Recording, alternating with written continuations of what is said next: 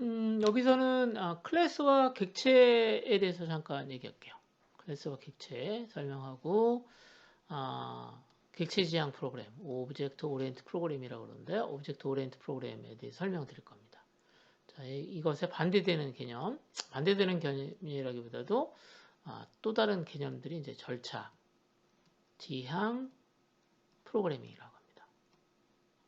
Procedural Program Language라고 하는데요. 요거 설명할 거고요. 그래서 1번, 2번. 세 번째는 객체 지향 프로그램의 중요한 특징이 세 가지가 있어요. 세 가지 특징. 자, 이 세 가지 특징에 대해서 한번 같이 살펴봅시다. 첫 번째, 정보를 숨기는 기능입니다. 캡슐화. 캡슐화 할 거고요. 두 번째, 상속.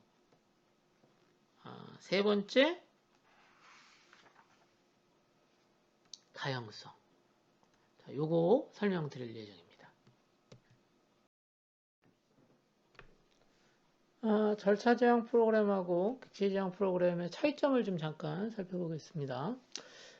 절차 제한 프로그램은 이제 가장 중요한 중심이 뭐냐면 어떤 문제 해결에 필요한 프로그램 과정에 있어서 과정, 즉 다시 말해서 동작의 중심, 어떻게 그 프로그램에서 프로그램이 어떻게 그 동작하는가에 대한 순서가 중요한 거예요. 그래서 이 순서들을 나열해서 하나하나 수행할 수 있도록 구성하는 거죠. 이게 간단히 얘기하면 이게 기능을 중심으로 해서 모듈을 나누는 겁니다. 기능을 중심으로 해서 모듈을 나누고 그 모듈을 가지고 이제 전체 프로그램이 완성되는 과정인데 그러다 보니까 자연스럽게 데이터를 정의하는 것보다는 프로그램이 필요한 데이터보다는 여기 있는 것처럼 명령어가 어떻게 수행되는 것이 필요한가에 대한 순서하고 흐름을 중요하게 고려를 합니다. 그래서 사실은 작은 프로그램을 할 때는 이제 처리의 흐름이 이제 명확하죠. 그렇죠? 그리고 이제 실제 입력으로 처리해야 될 자료도 작으니까 우리가 이제 그 프로그램을 이해하기가 쉬운데 문제는 뭐냐면 얘가 이제 프로그램의 규모가 커지게 되면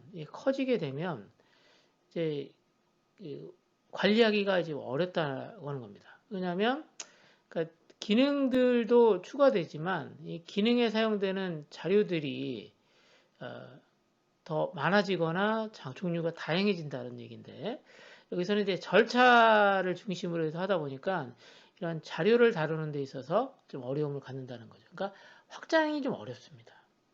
그렇죠? 그래서 최근에는 이제 그 많은 부분들 이제 객체 지향 프로그램을 합니다. 뭐 정부에서 하고 있는 보통 그 공공 프로젝트들에서도 자바 기반의 프레임워크를 씁니다. 뭐 스프링이라고 하는 이름의 프레임워크를 쓰는데 이런 스프링 프레임워크 역시 자바 기반입니다. 자바 기반이고요.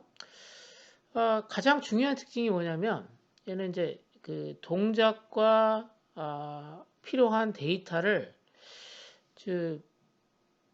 실제적으로 이게 그 분리를 해가지고 얘는 가지고 있어요. 절차 지향 프로그램은. 그러니까 그 실제적으로 어떤 동작에 필요한 동작을 하는 데 있어서 어떤 기능을 수행하는 데 있어서 필요한 자료에 대한 부분들이 이제 떨어져 있다는 거죠. 많은 부분들. 그러다 보니까 그 사실은 그 변경이라든가 확장이 어렵다라고 하는 겁니다. 한편으로 생각하면 우리가 실제 그 현실 세계의 어떤 문제들은 사실은 그 여기 있는 것처럼 객체로 표현할 수가 있습니다. 객체로 표현할 수 있고 객체는 자료하고 코드 이렇게 구성되어 있다라고 하는 것을 그 기반으로 해서 가정해서 만들어지는 방식의 프로그램들이 객체 지향 프로그래밍입니다. 그래서 객체 지향 프로그래밍 언어들의 대부분들 같은 경우는 여기 있는 것처럼 클래스라고 하는 걸 만들고요. 그 다음에 클래스 안에 여기 있는 것처럼 필드와 메소드를 갖도록 한다라고 하는 겁니다.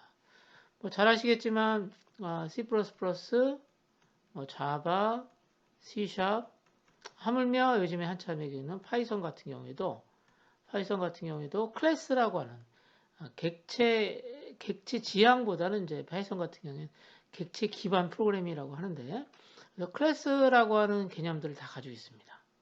그렇죠? 클래스와 객체라는 개념들을 다들 가지고 있어요.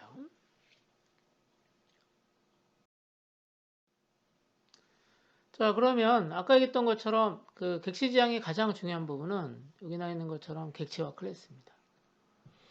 자, 우리가 여기 예로 가장 대표적으로 많이 예를 드는 게 틀을 우리는 클래스라고 합니다. 템플릿이라고 하고요. 자, 이게 보니까 붕어빵이죠. 붕어빵 틀인데요. 자, 근데 우리가 실제 사용하는 것은 뭐죠? 이 붕어빵입니다.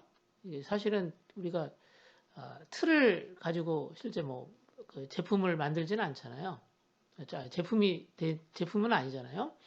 실제 그 틀을 가지고 여기 있는 것처럼 붕어빵들이 많이 만들어집니다. 그리고 실제 우리가 먹는 것은 여기 있는 것처럼 붕어빵이 될 거고요. 그래서 이 틀에서 만들어진 결과를 객체라고 합니다. 또는 인스턴스라고 하고요. 그래서 이제 주로 그 설계도를 우리가 클래스라고 하고, 설계도를 통해서 제작되어진 제품을 우리는 객체라고 한다라고 이해를 하시면 되겠습니다. 자, 그래서 이 클래스에는 여기 있는 것처럼 필드하고 메소드를 갖고요. 필드는 상태, 메소드는 동작을 표현합니다. 그러니까 이 클래스가 여기 있는 틀이기 때문에 이 클래스를 가지고 나온 것이 객체다라고 하면, 이 객체는 클래스가 가지고 있는 공통적인 내용을 갖겠죠. 여기 있는 것처럼 필드하고 메소드를 갖는다라고 하고요. 자, 그래서 우리가 여기 뭐 예로 든 거지만 붕어빵을 사서 먹지 틀을 먹진 않죠. 그래서 우리가 틀을 사용을 하지만 실제적으로 실제 소비하는 것은 뭐다? 붕어빵이다라고 하는 것을 얘기하는 겁니다. 자, 그래서 여기 있는 것처럼 이제 그 틀에서 만들어진 붕어빵이 여러 개가 나올 수 있는 거고요. 실제 프로그램도 사실은 뭘 사용해서 프로그램이 이루어지겠어요.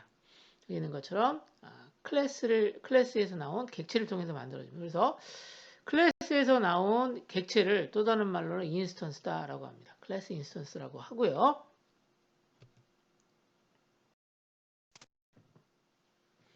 다음은 이제 객체 지향 개념의 중요한 특징을 살펴볼 거예요. 그래서 가장 중요한 특징이 이제 세 가지가 있는데, 첫 번째가 캡슐화, 두 번째가 상속, 세 번째가 다양성. 이 세 가지입니다. 그래서 사실은 이 세 가지가 프로그램의 기능들로, 프로그램의 중요한 피처들로 존재하게 되고요. 먼저 캡슐화를 잠깐 보면 여기 뭐 캡슐 있죠. 있는데 캡슐화를 하게 되면 그냥 여기 있는 것처럼 그 캡슐이 쌓여 있는 약인데요. 이 캡슐이 사용하는 목적이 뭐죠? 첫 번째 목적은 안에 있는 것을 보호하는 거죠. 그렇죠? 안에 뭐가 들어가 있는지 모르겠어요. 그렇죠? 그래서 이제 뭔가 캡슐화라고 하는 것은 내부에 있는 내용을 보이지 않도록 감춘다, 하이드한다라고 하는 거예요. 그래서 정보를 숨긴다라고 하는 거예요. 인포메이션 하이드라고 하고 은닉이라고 합니다.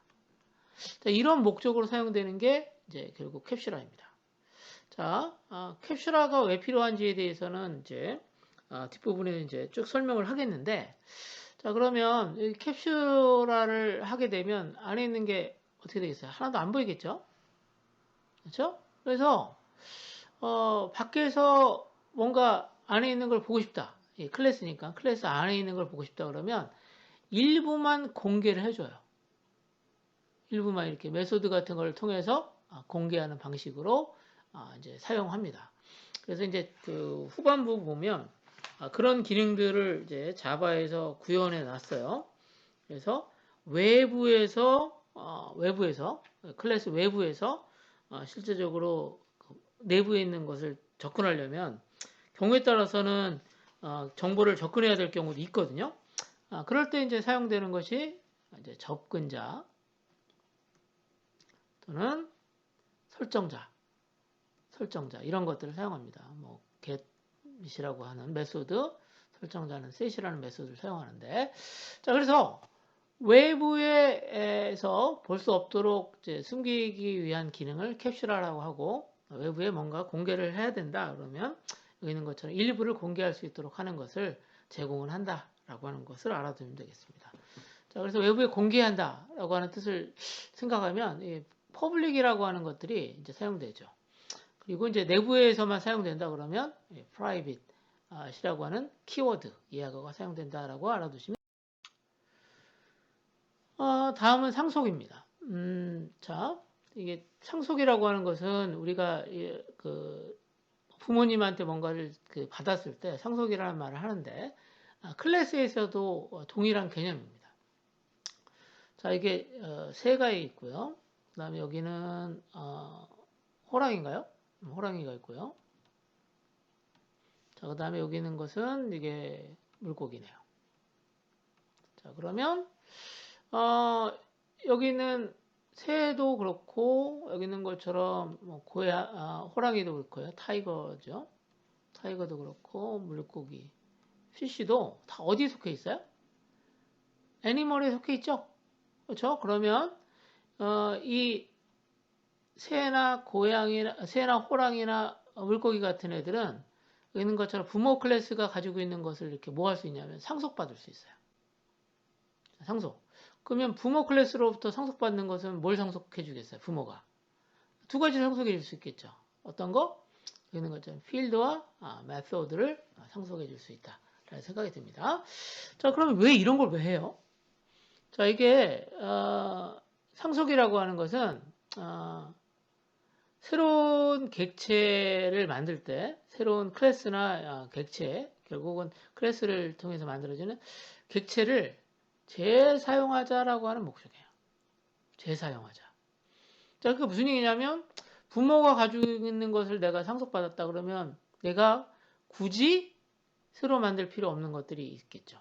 가지고 있으니까. 그래서 사실은 부모 클래스를 통해서 상속받는 메서드나 필드를 사용해서 사실은 자기는 재사용할 수 있는 기능들을 제공할 수 있다. 재사용할 수 있다라고 하는 특징이 있다라고 하는 겁니다.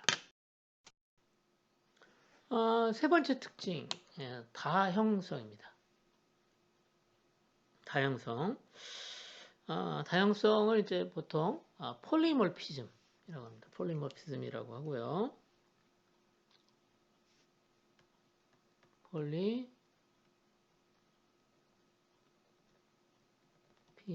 합니다. 자, 이제 여러분들한테 이해를 좀 쉽게 하기 위해서 여기 보시면 이게 지금 새도 있고 그 다음에 이게 뭐죠? 호랑이인가요? 호랑이도 있고 여기 있는 것처럼 이게 물고기가 있는데 지금 내가 무브라고 하는 것을 생각해 봅시다. 무브는 어때요? 뭔가 움직이는 거죠. 움직임이죠. 이동하는 건데 자 그런데 이게 무브라고 하는 것이 새의 경우는 날아가는 형태로 실제 존재하겠죠. 만들어지겠죠. 자, 그 다음에 여기 있는 것처럼 뭐 호랑이는 무브 자체가 뛰어가는 형태로 만들어질 겁니다. 자, 그리고 물고기 같은 경우에는 수영을 하는 형태로 만들어질 거예요. 자, 무슨 얘기냐면 여러분이 어떤 객체가 하나 있는데 이 객체한테 무브해라 라고 하면 자, 실제 대입되어지는 실제 무브라고 하는 거와 관련성을 갖는 연관되어지는 객체에 따라서 메소드가 다르게 동작한다라고 하는 겁니다. 자, 무슨 알겠죠? 자, 이걸 다형성이다라고 합니다. 자, 첫 번째 얘기했던 것처럼 얘가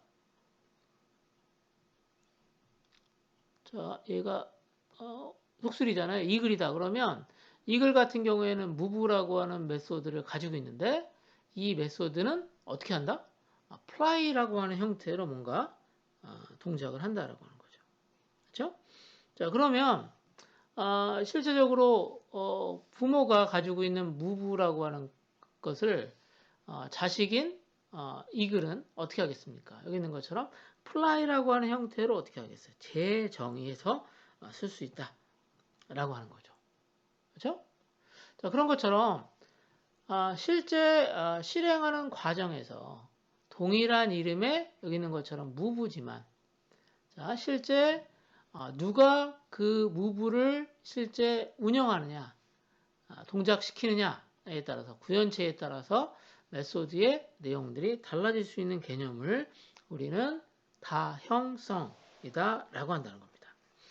자, 이 다형성 역시 어떤 장점이 있냐면 부모 클래스가 부모가 만들어 놓은 뭐 메소드를 내가 재정의할 수 있죠. 다시 정의해서 쓸 수 있다라고 하는 것이 이제 다형성의 개념입니다. 자, 뭐 예를 들어서 내가 하나만 더 예를 들게요. 주사위가 있어요. 주사위가 있으니까 얘가 나올 수 있는 것은 자, 이렇게 1에서 6까지의 숫자가 나오겠죠? 근데 나는 어떤 거예요? 짝수만 나오는 주사위를 한번 만들어 보겠다. 라고 하는 거죠. 자, 한번 뭐 생각해 봅시다. 자, 이렇게 하면, 4개, 여기 6개. 자, 이런 것처럼, 얘도 주사위니까 부모가 가지고 있는 것을 상속을 받았잖아요. 주사위. 근데 얘는 뭐만 나오는 거야? 짝수만 나오는 주사위.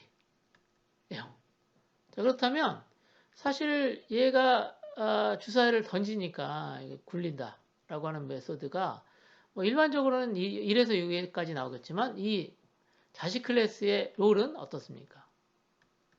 얘는 어떻게 짝수만 나와야 되니까 1, 3, 5는 나오면 안 되는 거지. 그렇죠? 대신에 2, 4, 6만 나오도록 한다든가 하는 것들이 실제적으로 다형성이 구현된 예라고 이해를 하시면 되겠습니다.